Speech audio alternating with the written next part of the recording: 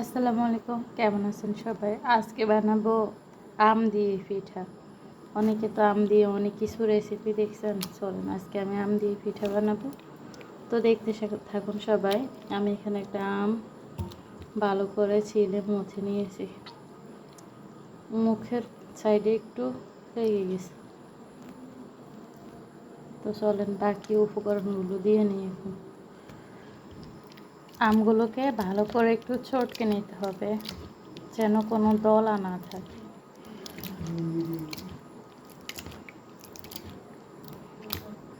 এখন আমি একটা চাকনির সাহায্যে একটু ছেলে নিই, কারণ যাতে ভিতরে কোনো রকম আঁশ না থাকে। একটা স্টেনের সাহায্যে নেড়ে নিই। এই যে এই রসটা বের হয়েছে, এখন দিয়ে দেবে একটু বেশি করে চিনি। চিনিটা একটু গলে আসলে তারপরে বাকি উপকরণগুলো দিয়ে দিবে আস্তে আস্তে। দিয়ে দেবো আর একটু চিনি, কারণ না হলে একটু টক লাগতে পারে। দেবে একটু লবণ। দিয়েছি 2টা মুরগির ডিম, ছোট সাইজের, একটু বড়।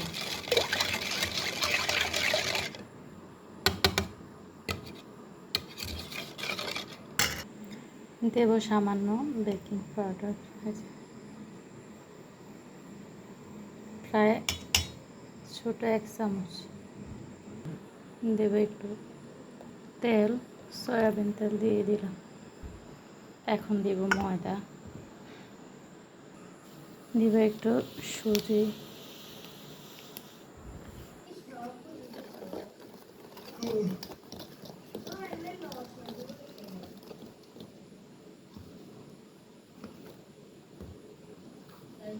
এখন ডোটা যতক্ষণ শক্ত না হয় ততক্ষণ আরেকটু ময়দা দিয়ে ভালো করে মেখে নেব।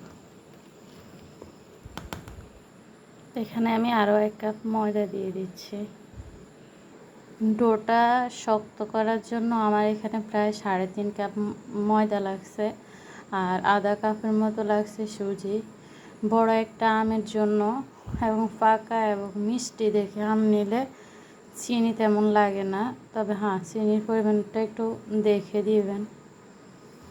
আর এখন দেখেন প্রায় ডোটা বানানোর উপযুক্ত হয়েছে। এখানে আমি তেল বসাই দিছি, খুব তাড়াতাড়ি তেলটা গরম হয়ে গেছে। এখন দিয়ে দিব পিঠা একটা, এরকম একটা এসে হচ্ছে কেটে নিন।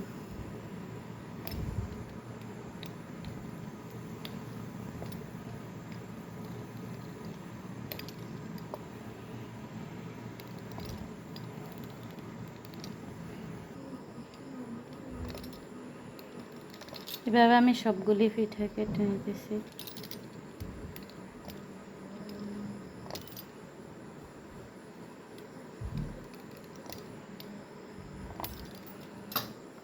এখন দিয়ে দিই।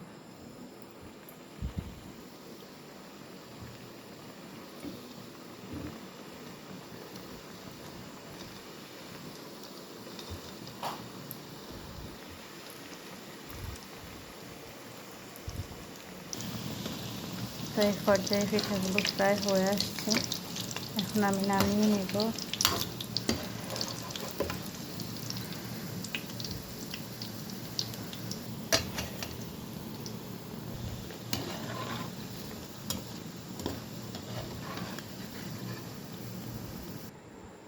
তো এই তো পিঠার ফাইনাল লুক, একটা খেয়ে দেখি।